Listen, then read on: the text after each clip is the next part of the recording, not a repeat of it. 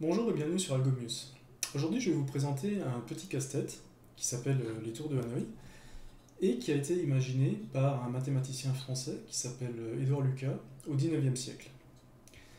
Pour expliquer un petit peu le problème, on se retrouve devant trois tours, trois possibilités de tours. Et ces tours, en fait, reprennent chacune des disques. L'idée du casse-tête est de pouvoir reporter les disques qui sont sur la partie de droite, sur la partie de gauche, en respectant certaines règles. La première des règles à respecter, c'est qu'un grand disque ne doit jamais être posé sur un disque plus petit. Et donc, on peut voir, par exemple, là j'ai proposé le problème avec 3 disques. En fait, la résolution du problème avec 3 disques se fait en prenant le petit disque du haut, en le mettant ici, le disque moyen ici, puis on reconstitue la colonne au milieu. On peut enfin bouger le grand disque, puis il suffit de récupérer le disque moyen et le grand disque. Voilà. On peut voir que cette résolution, par exemple, pour 3 disques, ne pose pas de gros problèmes si on est un petit peu organisé. En fait, ce problème est intéressant parce qu'avec ces 3 bâtons que nous avons ici, il est possible de résoudre ce casse-tête avec un nombre n de disques. En fait, il n'y a pas de limite au nombre de disques qui peuvent rentrer dans la résolution de la tour de Hanoï. La seule chose, c'est que le nombre de déplacements va vraiment évoluer de manière exponentielle. On s'en rend bien compte, puisque lorsque on n'a qu'un disque, par exemple, eh bien, la résolution est très facile. Elle se fait en un seul mouvement. Lorsqu'on se retrouve avec 2 disques, et bien là aussi la résolution est très simple. Le premier peut aller au milieu, le deuxième va de l'autre côté, et le troisième revient dessus. Donc nous l'avons fait avec 3 mouvements. Puis avec 3 disques nous arrivons à 7, avec 4 disques nous arrivons à 15. On voit en fait que la résolution se fait de manière exponentielle. Pourquoi ce problème est-il intéressant du point de vue algorithmique ? Eh bien, il est intéressant parce que malgré sa complexité, et vous voyez que la complexité augmente avec le nombre de disques, en fait, il reste très simple à programmer dans un langage de programmation grâce à une fonction récursive. Et comment cela fonctionne ? Eh bien, il suffit de regarder un petit peu comment se passent les premiers pas que nous avons faits. Vous voyez qu'avec un seul disque, il n'y a qu'un seul transfert à faire vers le dernier palier. Lorsque je m'attelle à 2 disques, vous voyez que nous devons libérer le disque du bas pour pouvoir le mettre sur le deuxième disque et revenir pour compléter la pile. Si je fais avec 3 disques, vous allez voir que les combinaisons successives que je vais utiliser vont me permettre en fait d'enlever tous les premiers disques, de les retrouver au milieu, ce qui va me permettre de prendre le plus gros disque et de le mettre sur la position d'arrivée, et ensuite de reprendre les disques qui sont ici pour les mettre sur la position d'arrivée. Et comment je fais pour décaler 2 disques ? Eh bien c'est facile, puisque 2 disques, c'est ce que nous avons fait à l'étape précédente. Bouger 2 disques d'un pilier sur l'autre en respectant l'ordre, c'est ce que nous avons fait juste avant. Et donc, puisque nous sommes arrivés maintenant à déplacer 3 disques, eh bien le problème qui se pose avec 4 disques est très simple, puisqu'il suffit de redéplacer 3 disques comme nous l'avons fait à l'étape d'avant, de déplacer le gros disque, puis de replacer les 3 disques, comme nous l'avons de nouveau fait à l'étape d'avant. Et vous voyez que par récursivité, en fait, on démontre que ce problème peut être posé avec un nombre très important de disques, avec un nombre infini de disques. Et il y aura toujours une solution. Sauf que vous voyez que de le faire à la main, en fait, plus il y a de disques présents, plus cela va nous prendre du temps, plus il y aura de mouvements à faire. Et donc, on pourrait croire que la façon de résoudre ce problème peut être très long aussi à programmer. Et pourtant, le fait que la programmation puisse s'appuyer sur des fonctions récursives fait qu'on peut s'appuyer sur ce que nous venons de voir, c'est-à-dire que nous pouvons sous-traiter un gros problème en plus petits problèmes et rendre en fait la solution très rapidement accessible. Nous allons voir ça directement en Python. Maintenant que nous nous sommes bien rendus compte de la complexité des tours de Hanoï, C'est un problème qui reste très simple avec 1 ou 2 disques, qui se complique avec 3 et qui devient vraiment très très compliqué plus le nombre de disques augmente. Voyons voir comment programmer simplement une fonction qui va nous aider à compléter ce casse-tête. Pour le début de la fonction, eh bien c'est très simple, nous allons partir de l'hypothèse de départ des tours de Hanoï, à savoir que nous avons 3 tours, une d'arrivée, une de départ, une d'arrivée et une qui va nous permettre d'être une tourelle intermédiaire pour stocker des disques, et un nombre de disques que nous allons vouloir déplacer entre le départ et l'arrivée. Donc, utilisons ces paramètres directement pour définir la fonction Hanoï. Donc en Python, la fonction se déclare avec le mot-clé def. Elle utilise en premier paramètre le nombre de disques. Elle utilise le départ,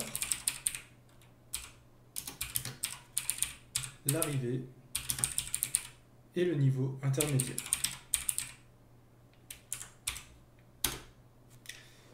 Bien, reprenons donc le principe de la tour de Hanoï. Nous nous apercevons que quand il y a 0 disque, eh bien il n'y a rien à faire.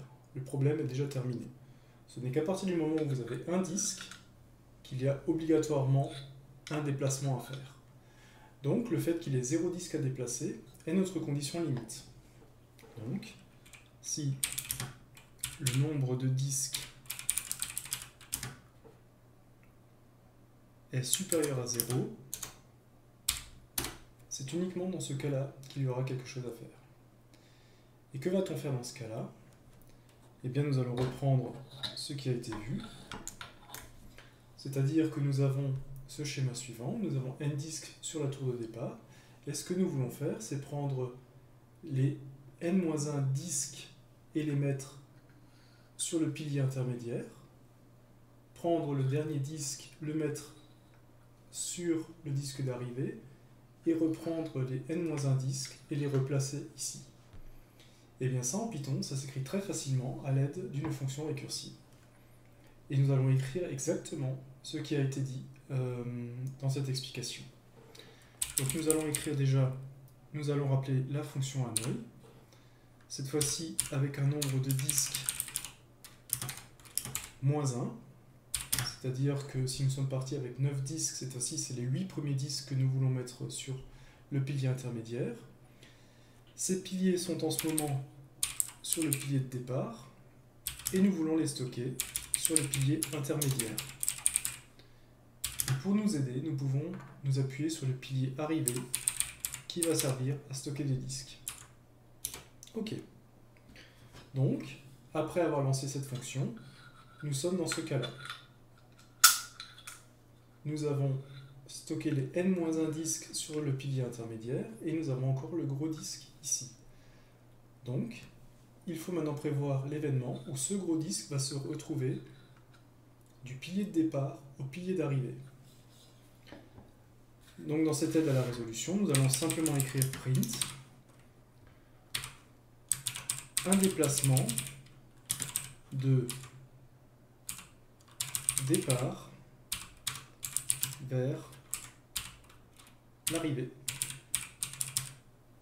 Voilà.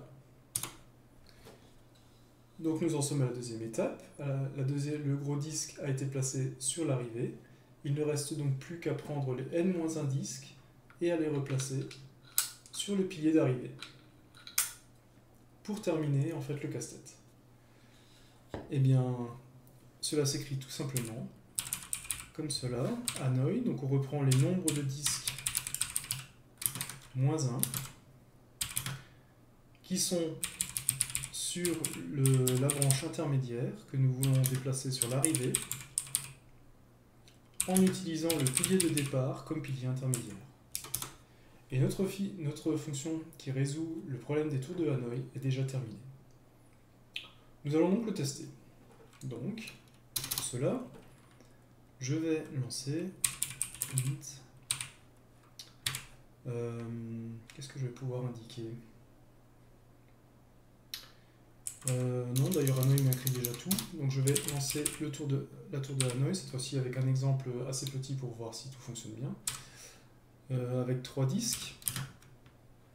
Donc j'ai mes disques sur le bâton de droite. Je veux les avoir sur le bâton de gauche. Et pour cela, je peux me servir du bâton du milieu comme état intermédiaire. Voyons voir si cela fonctionne.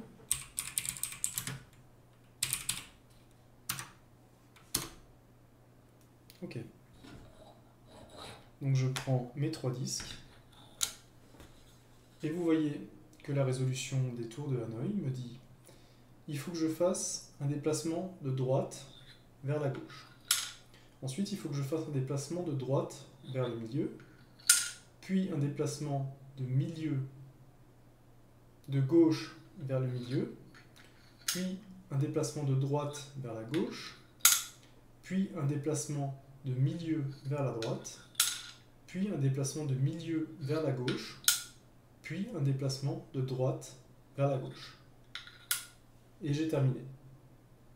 Donc j'ai bien résolu en fait les tours de Hanoï grâce à cette petite fonction qui est en fait très simple, elle contient 4 lignes, mais se sert de la récursivité pour arriver à nos fins.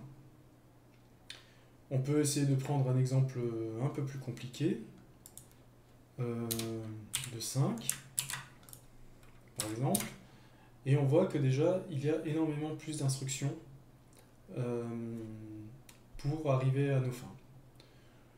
On peut essayer de voir combien il faut d'instructions pour pouvoir compter à chaque fois le nombre de déplacements qu'il faut. Pour cela, on va juste rajouter une variable qui va compter les déplacements, le nombre de déplacements, qui va être égal à 0. On va ajouter à chaque fois ce que nous renvoient les fonctions de Hanoï. Et bien sûr, le déplacement du gros disque est lui aussi un déplacement.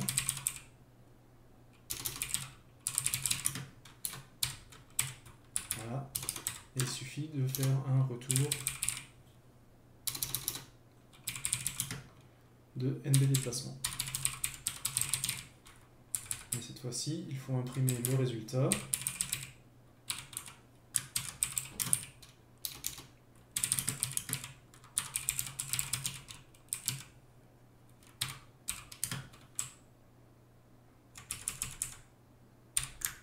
Voilà. Ah, ouais, une petite faute de frappe.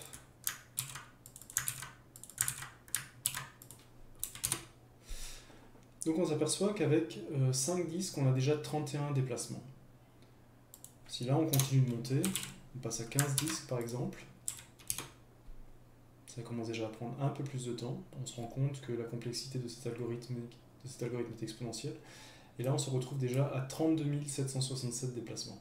Donc là je ne vais pas le faire devant vous, mais en fait cet algorithme génère toutes les possibilités, tout le cheminement pour arriver à résoudre le problème des tours de Hanoï avec 15 disques. Nous avons vu maintenant comment la fonction en Python s'écrit pour pouvoir résoudre le problème des tours de Hanoï, et que la récursivité en fait nous simplifie beaucoup les choses dans ce cas bien précis.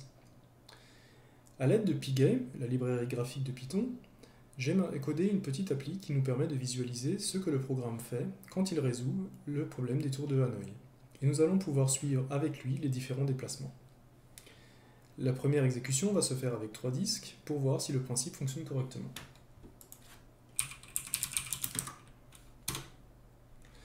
Là, nous avons 3 disques. Le disque du haut est mis directement à droite, le deuxième est mis au milieu, puis on recompose la petite pile pour pouvoir déplacer le gros disque du bas. Et enfin, une fois que le gros disque du bas est en place, on peut redispatcher la pile de 2 pour la remettre en place et reformer les 3 disques sur le pilier de droite. C'est exactement ce que nous avons fait à la main. Maintenant, cette application va nous permettre de voir ce qui se passe lorsque nous avons un plus grand nombre de disques. Pour cela, maintenant, je mets par exemple 9 disques et j'accélère un petit peu l'exécution parce que sinon, vous voyez bien qu'avec le nombre de mouvements successifs que nous allons faire, sinon cela va prendre énormément de temps. Donc je relance cette fois-ci mon programme avec 9 disques.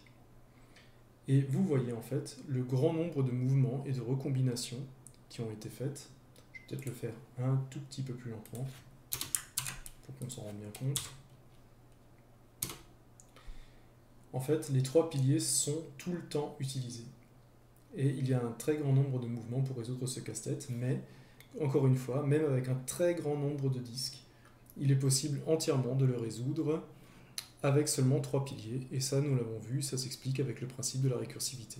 Voilà, j'espère vous avoir montré un petit peu cette résolution du problème des tours de Hanoï en Python, et vous avoir fait comprendre que même si, au premier abord, le problème a l'air compliqué lorsque le nombre de disques augmente, en fait, du point de vue de la programmation, quand on sait aborder correctement le problème et qu'on l'a abordé dans l'angle de la récursivité, en fait, on peut écrire une fonction qui ont très très peu de lignes, qui nous aide à la résolution d'un tel problème. Il me reste donc à vous souhaiter une bonne journée, et de vous laisser un petit peu cogiter sur vos tours de Hanoï.